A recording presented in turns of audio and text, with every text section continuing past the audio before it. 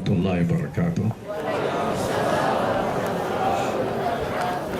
الحمد لله وكفى، والصلاة والسلام على نبي وعلى آله وصحبه أهل الصدق والوفاء.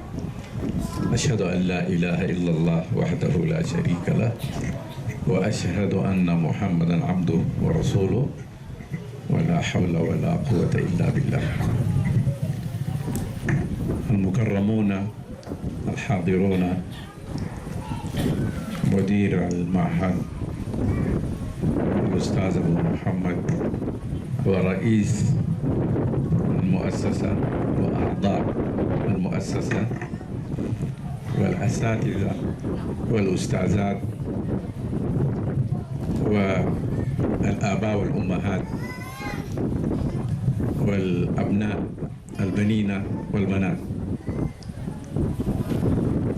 الحمد لله كثيرا الذي جمعنا في هذا المكان في بيت العلم في هذا المعهد لنتبور.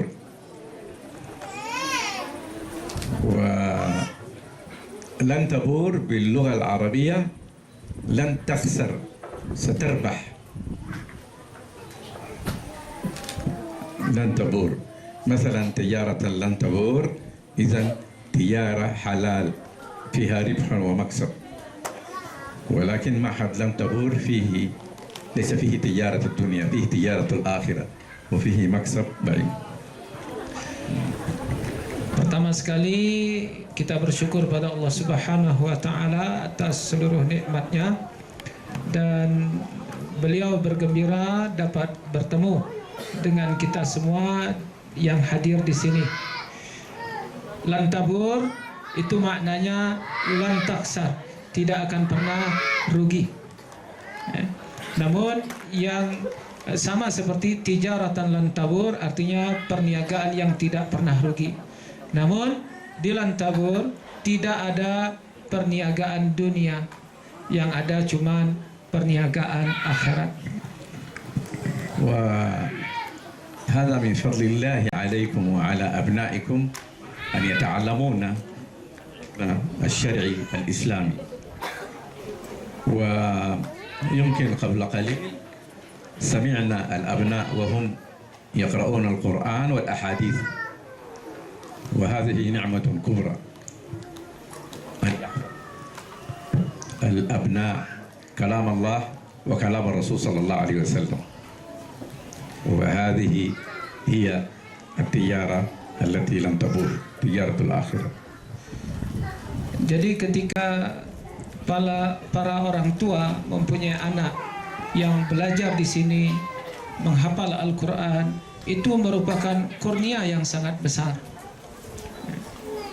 Orang tua yang memiliki anaknya menghafal Al-Quran, belajar di sini, itu merupakan kurnia yang sangat besar. Ini yang dinamakan dengan tijaratan lantabur, perniagaan yang tidak rugi. الحديث كذلك، حديث رسول الله من قرأ القرآن والحديث كذلك. من تعلم القرآن والحديث خيركم. نعم، خيركم من تعلم القرآن وعلمه. نعم، خيركم من تعلم القرآن وعلمه. نعم صحيح. علموا أبناءكم القرآن وسيعلمهم القرآن كل شيء. هكذا. Ajarkan kepada anak-anak kamu Al-Quran, dan Al-Quran akan mengajarkan kepada anak-anak kita semuanya. Dia kalimatnya pendek tetapi dalam. Ajarkan kepada anak-anak kamu Al-Quran, dan Al-Quran akan mengajarkan kepada anak-anak kita seluruh yang dibutuhkannya. Fil Qur'ani wajadna al-aman, wajadna al-hayat, wajadna al-iqtisad, wajadna al-ilm, wajadna al-akhlaq, wajadna al-tarbiyah. Kulli syai wajadnahu fi kitabillah subhanahu wa ta'ala. Di dalam Al-Quran terkandung seluruhnya. Ada ekonomi, ada pengetahuan umum, ada tentang politik, ada tentang keamanan. Semuanya ada di dalam Al-Quran. ووجدنا أيضا التاريخ القديم، تاريخ الأمم القديمة التي سبقت الإسلام.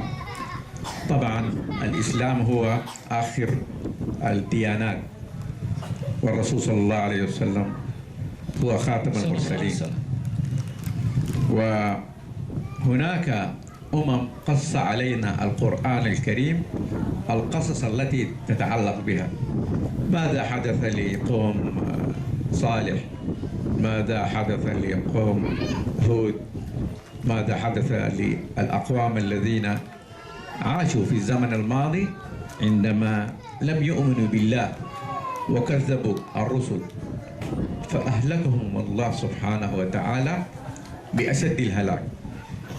إذن علينا كأمة محمد عليه الصلاة والسلام أن نعتبر بما جاء في القرآن عن حياة تلك الأمم القديمة التي عاشت قبل الإسلام. Di dalam Al-Quran juga mengajarkan tentang sejarah umat-umat terdahulu, dari nabi ke nabi sampai kepada nabi kita Muhammad sallallahu alaihi wasallam.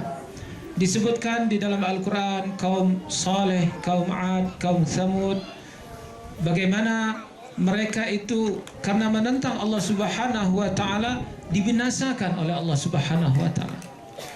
Artinya di dalam Al-Quran diajarkan bagaimana bangsa itu, umat itu runtuh.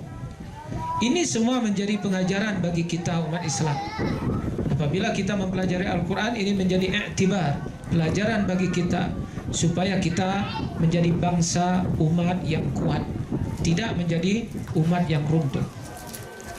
Qala Amirul Mu'minin Ali ibn Abi Talib, علموا أولادكم لزمان غير زمانكم. نحن نعيش في هذا الزمن، ولكن أبناؤنا نعلمهم ليس لزماننا هذا، بل زمن المستقبل. عندما نعلمهم العلوم النافعة وفي أولها القرآن الكريم والعلوم الدينية والإسلامية، فهذا فيه خير كبير لهم في الدنيا وفي الآخرة. Imam Ali radhiyallahu anhu pernah mengatakan, ajarkan kepada anak-anak kalian zaman yang bukan zaman kalian untuk zaman yang akan datang. Ajarkan kepada anak-anak kalian ilmu zaman yang akan datang, karena mereka akan hidup bukan di zaman kita, tetapi mereka akan hidup di zaman yang akan datang. Apa ilmu yang paling sesuai untuk mereka di zaman yang akan datang? Itu adalah ilmu Al-Quran dan pelajaran-pelajaran agama Islam. Kalau seandainya anak-anak kita membawa bekal ilmu Al-Quran, ilmu-ilmu syar'i, maka itu akan menjadi kebaikan yang sangat banyak untuk mereka nanti di masa depan. نحن الآن نعيش في آخر الزمن، في زمن العولمة globalisasi، وهذا زمن خطير، زمن شرير. إن لم نعلم الأبناء بالعلم النافع بعلوم القرآن والسنة والعلوم الإسلامية الأخرى، فإننا نخاف عليهم كثيرا، لأننا ولا سيما المسلمون محاطون من أعدائهم من اليهود والنصارى. اليهود والنصارى يتربصون بنا لكي يبدلوا ديننا، لكي يردونا عن عقيدتنا الإسلامية السمحة. Kita hidup pada hari ini di akhir zaman, zaman yang penuh dengan kejahatan. Kalau seandainya kita tidak memberikan ilmu yang bermanfaat untuk anak-anak kita, ini sangat berbahaya. Maka kita mesti mengajarkan kepada anak-anak kita ilmu Al-Quran, ilmu Islam, ilmu tentang sunnah Nabi, karena ini sangat penting untuk masa depan mereka.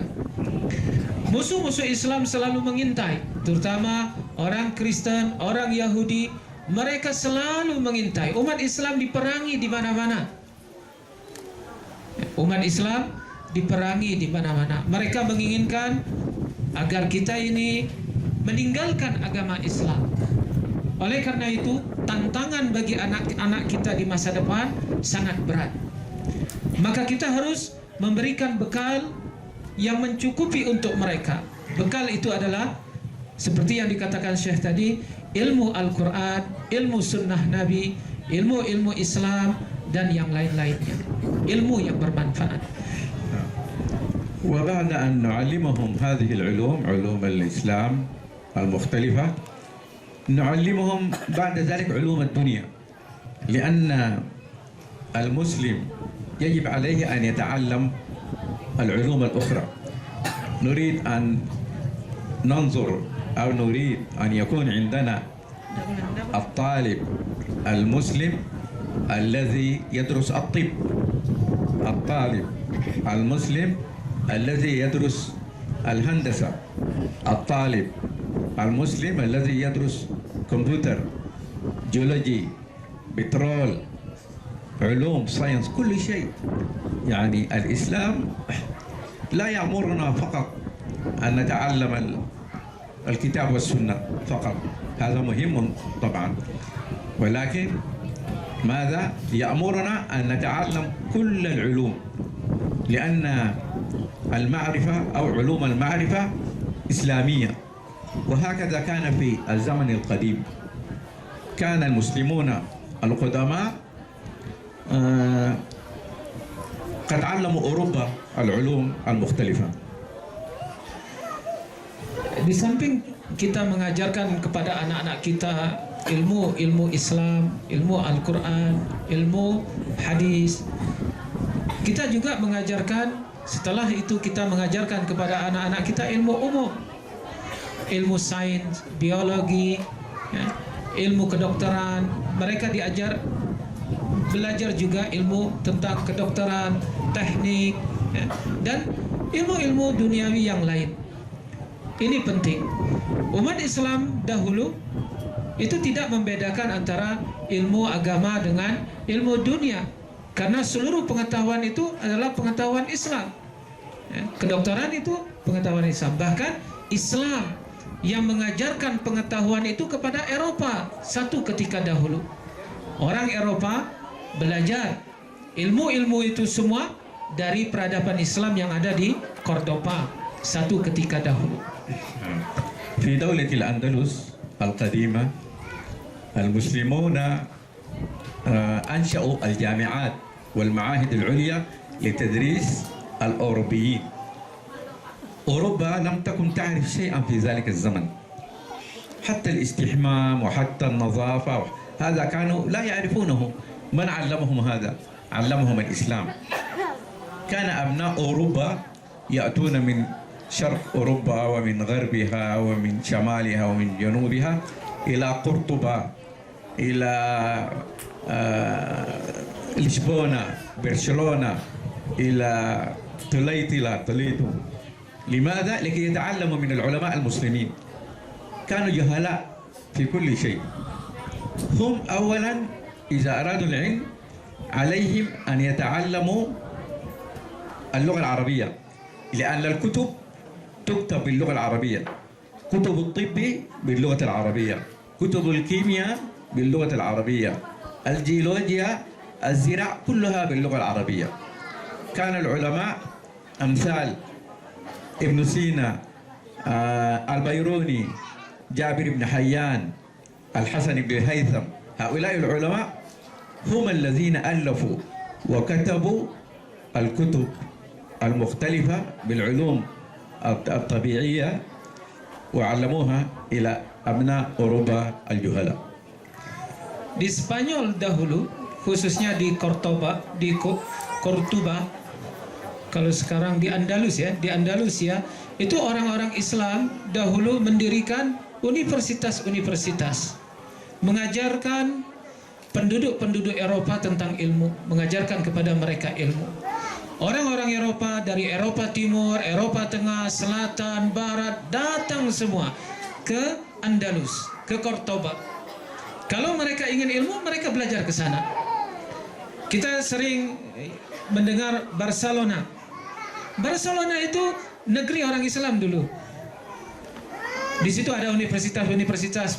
Orang-orang Eropa kalau ingin belajar ilmu datang ke sana. Semua orang Eropa yang ingin mengetahui ilmu, mereka harus tahu bahasa Arab. Mengapa? Karena seluruh ilmu-ilmu pengetahuan itu ditulis dalam bahasa Arab. Pertanian ditulis dengan bahasa Arab, biologi dengan bahasa Arab, matematika diajarkan dengan bahasa Arab. Wa nasma yani hum a'rafu bi ash'ar Arabiyyah min al-muslimin.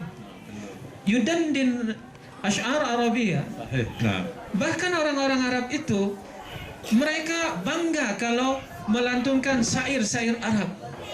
Nah, seperti sekarang nih anak-anak kita bangga ya kalau nyanyikan lagu barat gitu. Atau yang sekarang lagi suka ke Korea ya, Blackpink terus jadi sasaran. Jadi kalau mereka ingin ilmu, mereka harus pergi ke Andalusia, ke Barcelona, Toledo itu negeri Islam di situ. Ada universitas, tempat orang Eropa belajar. Ya. Jadi yang menyebarkan ilmu pengetahuan itu adalah pakar-pakar Islam seperti Ibnu Sina, ya. Ibnu Sina, kedokteran Al-Bairuni, Jabir bin Hayyan, Ar-Razi, Ibnu Al-Haytham, Ibnu Nafis, Al-Haytham, Ibnu Nafis, pakar bedah, pakar kedokteran, pakar matematika, pakar astronomi, semuanya hampir seluruhnya didominasi oleh orang Islam. Bahkan tadi ada yang terlupa, orang Eropa ketika orang Islam itu sudah maju, mundurnya orang Eropa itu terungkap dengan apa? Mandi pun mereka tidak pandai. Tadi di awal tadi saya mengatakan orang Eropa itu mandi pun tidak pandai. Sampai begitu terbelakangnya mereka. Hatta bana lahum Amir al-Mu'minin 500 hammam في دولة الأندلس علمهم كيف يستحمون يغتسلون يتنظفون إلى آخر هذه. Bahkan Amirul Mukminin Khalifah ketika itu, karena orang Eropa ini kotor ya, pengotor. Sampai sekarang orang Prancis itu jarang mandi. Karena itu di Prancis minyak wanginya harum-harum. Karena mereka jarang mandi. Mereka itu kotor-kotor. Karena mereka kotor-kotor, Khalifah mendirikan di Eropa itu sampai mendirikan 500 pemandian umum untuk mengajarkan kepada mereka bagaimana cara mandi. Saya pernah nonton film, ini orang Barat sendiri yang Azid ya. Saya pernah nonton film Eropa ya, film orang Barat Hollywood. Saya lupa judulnya itu. Di situ diajarkan orang Eropa itu kalau mau yang namanya mandi, dia ambil ember, di dalamnya ada air. Pertama-tama dia kumur-kumur. Sudah kumur-kumur, dia buang ingusnya ke dalam tuh. Sudah dia kumur-kumur, buang ingus dalam tuh, dia baru beraung. Benar, itu film yang bikin orang Barat sendiri. Dan itu film terkenal, film Hollywood terkenal. Saya sayang judulnya lupa, tidak apa-apa lah, saya lupa judul film itu. Aziz, ma'adis. Betul. وما تزال كتب ابن سينا والرازي تدرس في الجامعات في فرنسا، جامعة أكسفورد، جامعة سوربون، جامعة لايبزيج في فرنسا وإنجلترا وألمانيا. الكتب التي ألفها العلماء المسلمون قبل آلاف السنين هي المراجع الرئيسية الآن في علم الطب التي يدرسها الطلاب من أوروبا. Jadi kitab-kitab kedokteran, buku-buku kedokteran yang ditulis oleh Ar-Razi, yang ditulis oleh Ibnu Sina, yang ditulis oleh Ibnu Sina, itu masih dipakai di universitas-universitas utama di Eropa, di Prancis, di Inggris, di Jerman, di Oxford, ya. Di universitas-universitas besar di Eropa, buku-bukunya para ulama Islam tentang kedokteran itu tetap dipakai sebagai rujukan utama. وفي بعض المكتب في أوروبا ممنوع على المسلمين أن يدخلوها. توجد مكتبات تحت الأرض. هذه المكتبات فيها تلك الكتب القديمة التي ألفها العلماء المسلمون في العلوم المختلفة، وعندما يريد المسلم أن يقرأ يمنع، ولكن عندما يريد اليهود والنصارى سمحوا لهم. لماذا؟ حتى لا يشعر المسلم يعني أنه هو أصل الحضارة أو أصل العلوم، حتى لا يتعرف على تاريخ أجداده وآبائه. Di Eropa itu ada satu perpustakaan. Di Eropa itu ada satu perpustakaan. Di dalam perpustakaan itu ada buku-buku ilmu pengetahuan dari peradaban Islam. Kalau dia mahasiswa muslim, tidak boleh masuk. Mahasiswa muslim, pelajar muslim tidak boleh masuk ke maktabah itu. Perpustakaan itu dibuat di bawah tanah. Tetapi kalau seandainya ada mahasiswa Kristen atau mahasiswa Yahudi ingin masuk membaca buku-buku tersebut, mereka perbolehkan. Mengapa? Supaya generasi umat Islam yang hari ini tidak menyadari bahwasanya mereka inilah, nenek moyang mereka ini adalah asal mula peradaban maju pada hari ini. Kita ini umat yang memiliki ilmu pengetahuan yang sangat hebat, peradaban yang hebat. Nah, mereka tidak mau kita menyadari itu. Karena kalau generasi sekarang ini menyadarinya, ini bangkit semua jadinya. لكن للأسف الشديد انتهت هذه الحضارة الإسلامية التي كانت في دولة الأندلس، ولا زال اليهود والنصارى يتربصون بالمسلمين خوفا من ماذا؟ حتى لا يعود المسلمون أقوياء كما كان أجدادهم في ذلك الزمن القديم. لذلك وجدناهم اليوم يحاربون المسلمين في أي بلاد.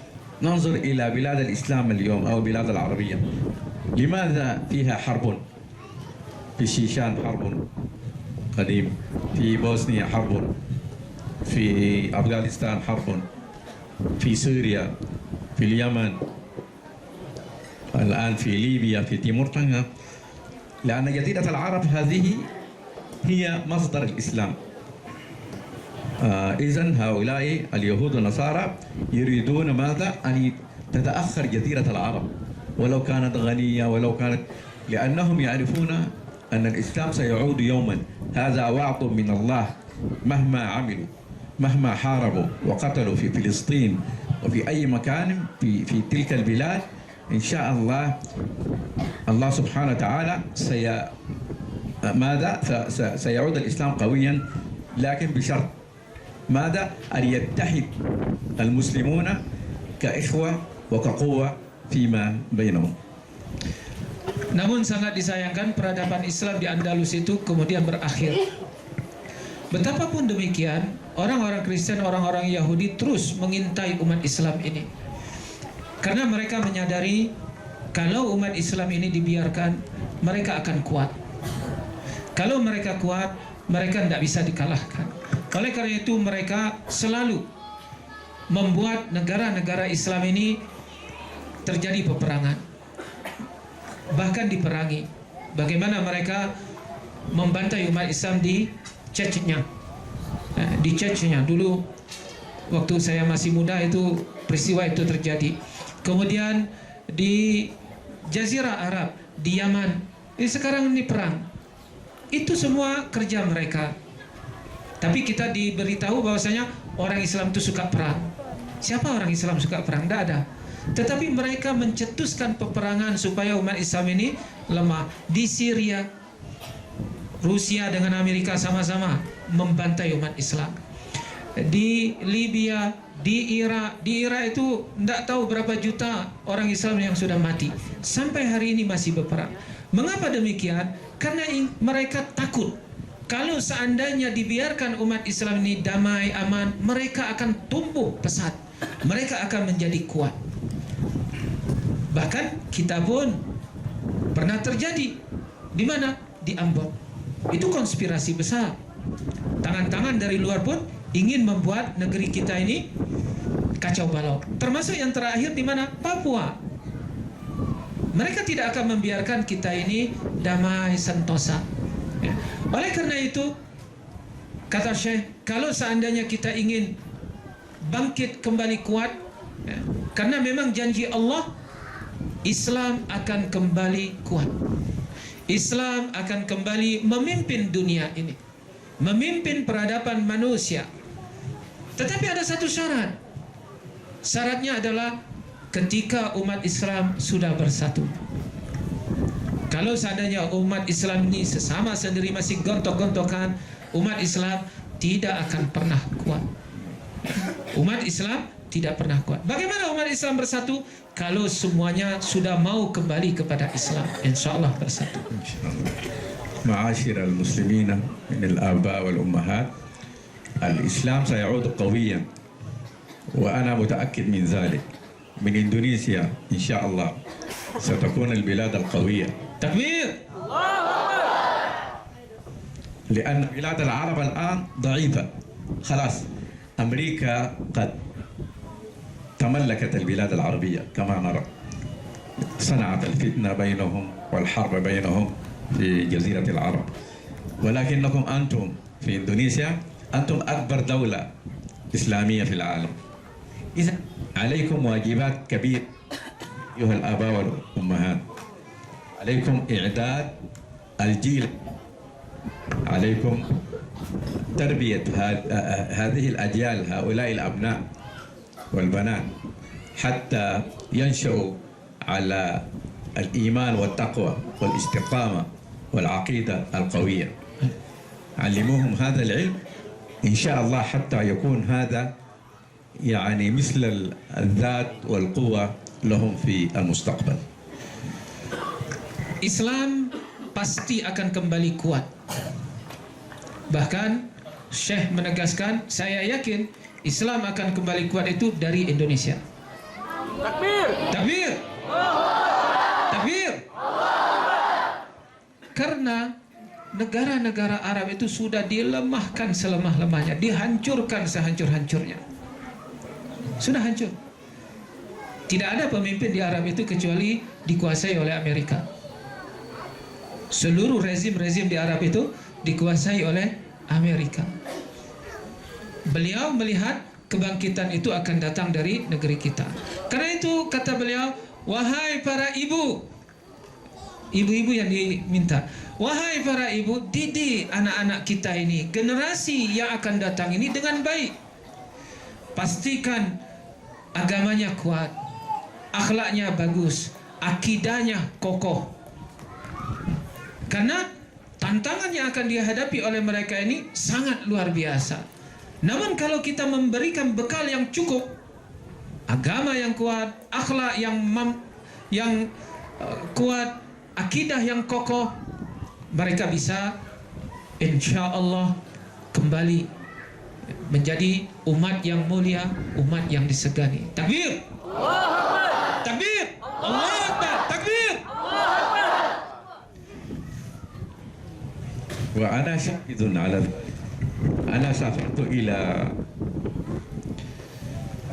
المختلف، سافرت إلى Padang, إلى Banjarmasin, إلى Makassar, إلى Lombok, Jawa, Jawa الوسطى، Jawa الشرقية، Jawa الغربية، إلى Palembang، إلى Lampung، بنكولو، جامبي، ورأيت طلاب العلم كيف يدرسون التعليم الإسلامي بكل إخلاص وبكل مسؤولية من آبائهم المعلمين. يتعلمون العلوم النافعة ويحفظون القرآن والحديث واللغة العربية. هذا هو السلاح. السلاح ليس السلاح الآلي، ليس سلاح الصاروخ أو الطائرة، بل سلاح الإيمان أقوى. المسلمون يملكون هذا، أنتم في إندونيسيا تملكون هذه القوة الروحية، القوة الربانية. يعني القوة، هذا هو ميزان القوة. وأعدوا لهم ما استطعتم من قوة من رباط الخيل. يعني هذه هي القوة الحقيقية.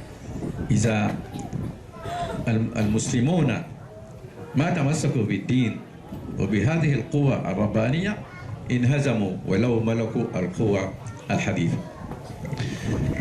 Beliau sudah jalan ke banyak pulau di Indonesia ini. Beliau di Sumatera ini sampai ke Aceh, Lampung, Jambi, Medan, Riau, Padang, sampai ke Aceh. Kalau Pulau Jawa itu mungkin beliau lebih kenal dari saya.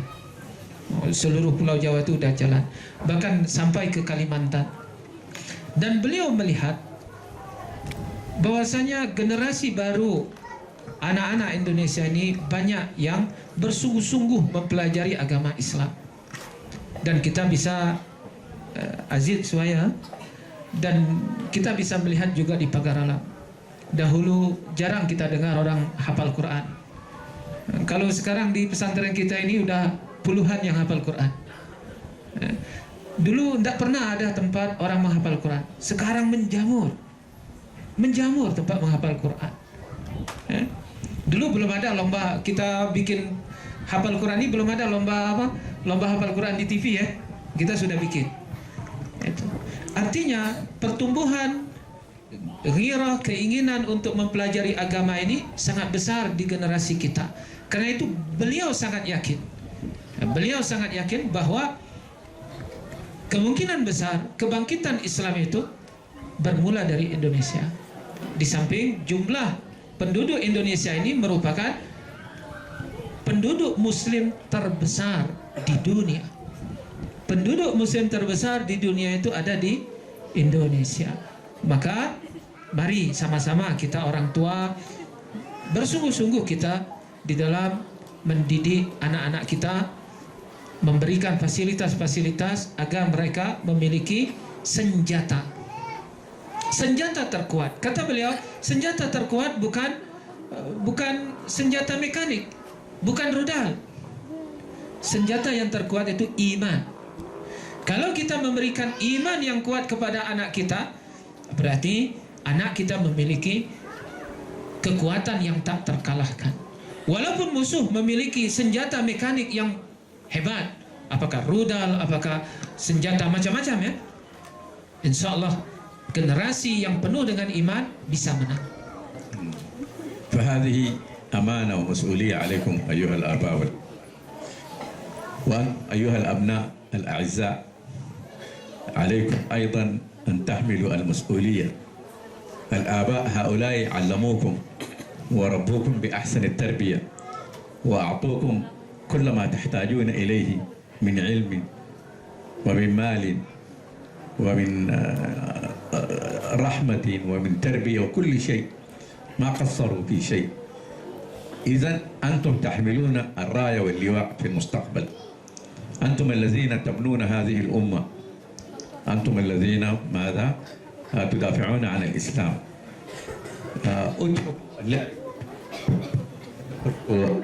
واترك ما لا ينفع يعني من زينة الحياة الدنيا وغير ذلك. اهتموا بمستقبلكم، اتقوا الله ويعلمكم، يعني كونوا أقرب إلى الله سبحانه وتعالى.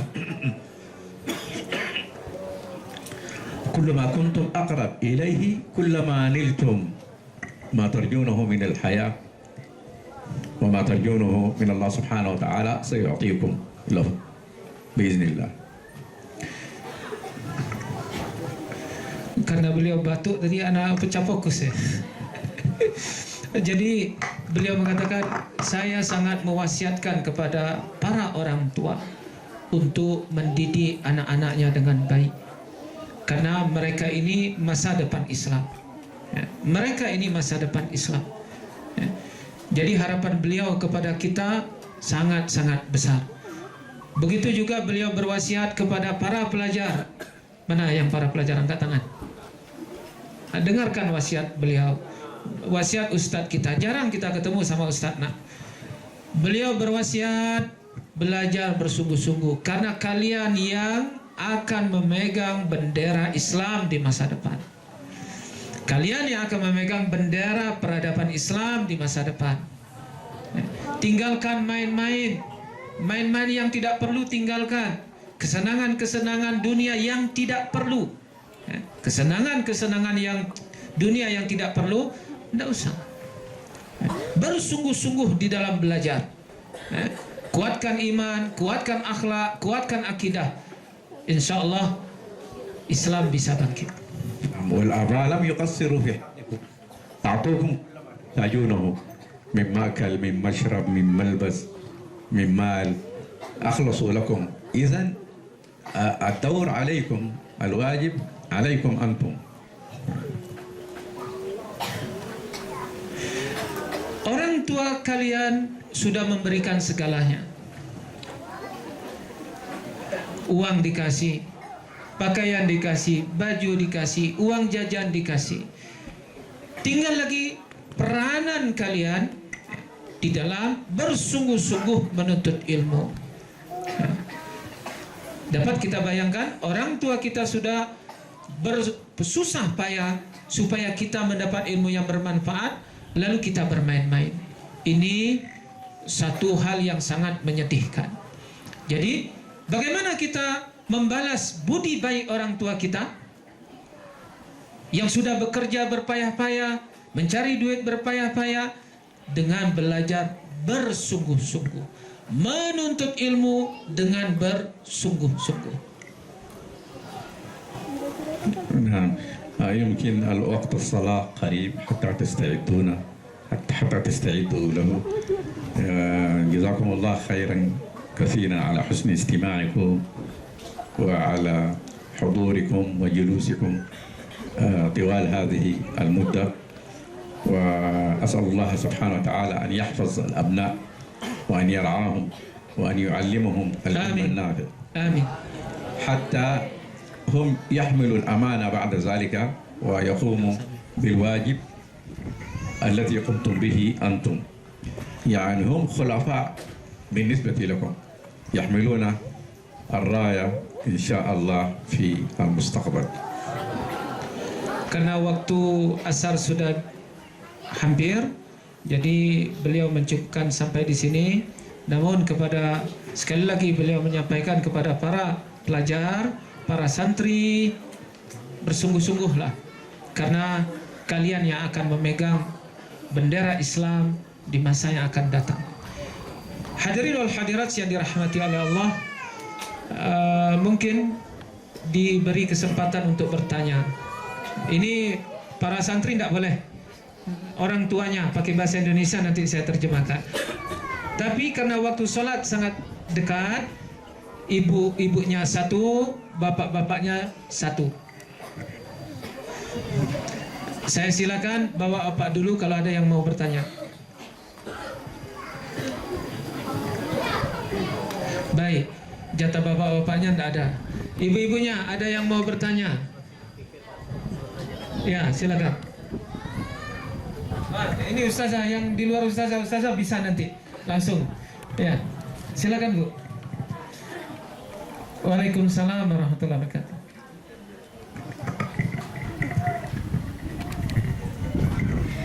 Jadi Ustadz, yang ingin saya tanyakan, Islam itu akan jaya ketika umat Islam bersatu. Nah, padahal kan ada hadisnya Nabi bahwa umatku akan terpecah menjadi 73 golongan. Sedangkan sekarang di Indonesia itu sudah banyak Islam itu terpecah dari berbagai macam golongan. Jadi dari golongan mana yang harus kami ikuti Ustadz? Terima kasih. Assalamualaikum warahmatullahi wabarakatuh. هي تسأل قد قلت أن الإسلام سوف يعود قويا عندما يتحد المسلمون، ولكن الواقع الآن الإسلام متفرقون، وفي الحديث يتفرقون إلى 73 فرقة. وهي تسأل أيضا وأي فرقة؟ نشوف الواقع الآن فرق كثيرة، أي فرقة سنتبعها؟ أهل السنة والجماعة، نتبع أهل السنة والجماعة، هذه هي الفرقة الناجية.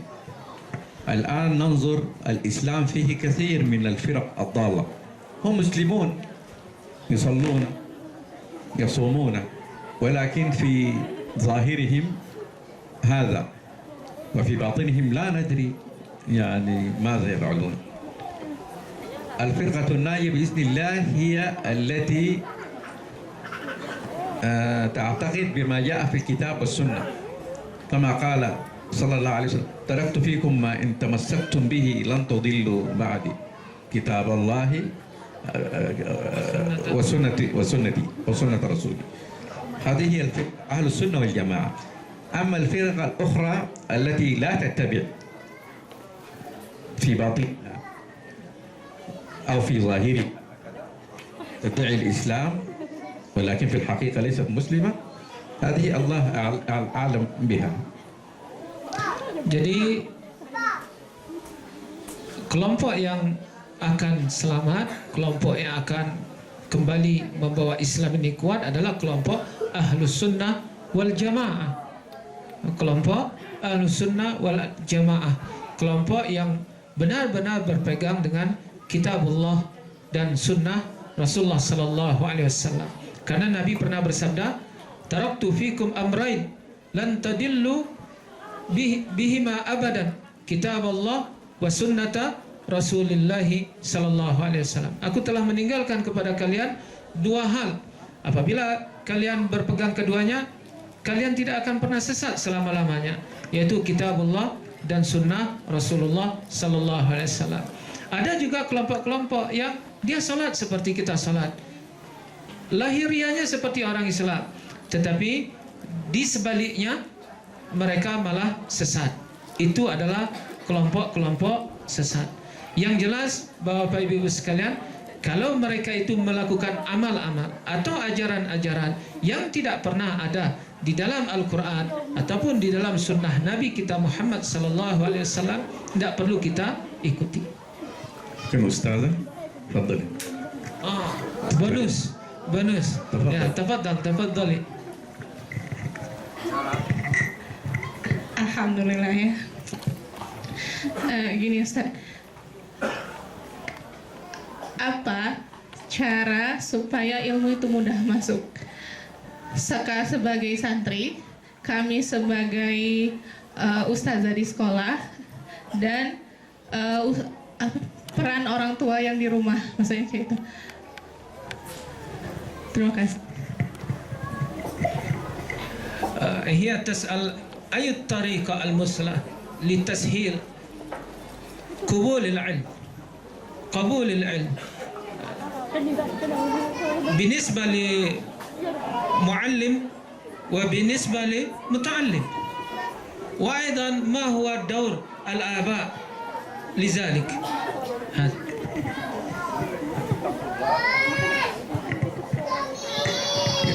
اتقوا الله ويعلمكم الله. التقوى، الإخلاص، النية الصادقة للعلم. الطالب متعلم والأستاذ أيضا متعلم، لأن العلم لا نهاية له. نعم، كلنا نبحث عن العلم. العلم كالبحر ليس له ساحل عميق وليس له، ننظر وجدنا الماء هكذا. إذن علينا أن نبحث عن العلم بنية الإخلاص، بنية إرضاء الله سبحانه وتعالى، بالنية السليمة. إن شاء الله وصلنا إلى غاياتنا. الآباء أيضا كذلك عليهم أن يتعلموا، أن يبحثوا عن العلم بقدر استطاعتهم.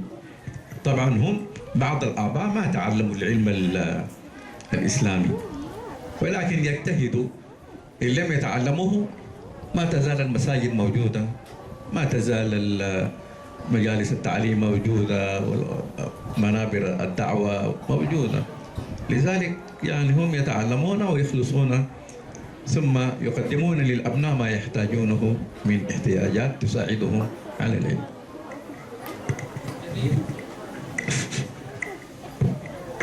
Faktor utama supaya mudah di dalam menuntut ilmu itu adalah ikhlas dan takwa kepada Allah. Selama pelajar itu ikhlas, selama guru itu ikhlas, maka proses pembelajaran itu menjadi mudah. Dan saya sangat setuju dengan ini, ya, ikhlas. Begitu juga dengan orang tua. Orang tua juga perlu belajar. Ketika orang tua menyerahkan anaknya kemari, juga niatnya ikhlas, mengharapkan redha Allah Subhanahu wa taala. Ya, mengharapkan redha Allah Subhanahu wa taala. Ini sangat-sangat penting.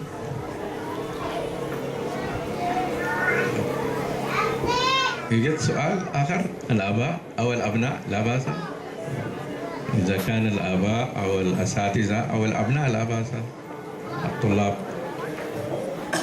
Baik, karena tidak ada lagi, أظن نكتفي بهذا القدر. بهذا؟ طيب. قد أذن المؤذن. أذن. طيب. طيب جيد، إذا نكتفي بهذا. جزاكم الله خيرا كثيرا على حسن استماعكم، بارك الله فيكم جميعا وفي أبنائكم. سبحان ربك رب العزة عما يصفون والسلام على المرسلين والحمد لله رب العالمين. السلام عليكم ورحمة الله وبركاته.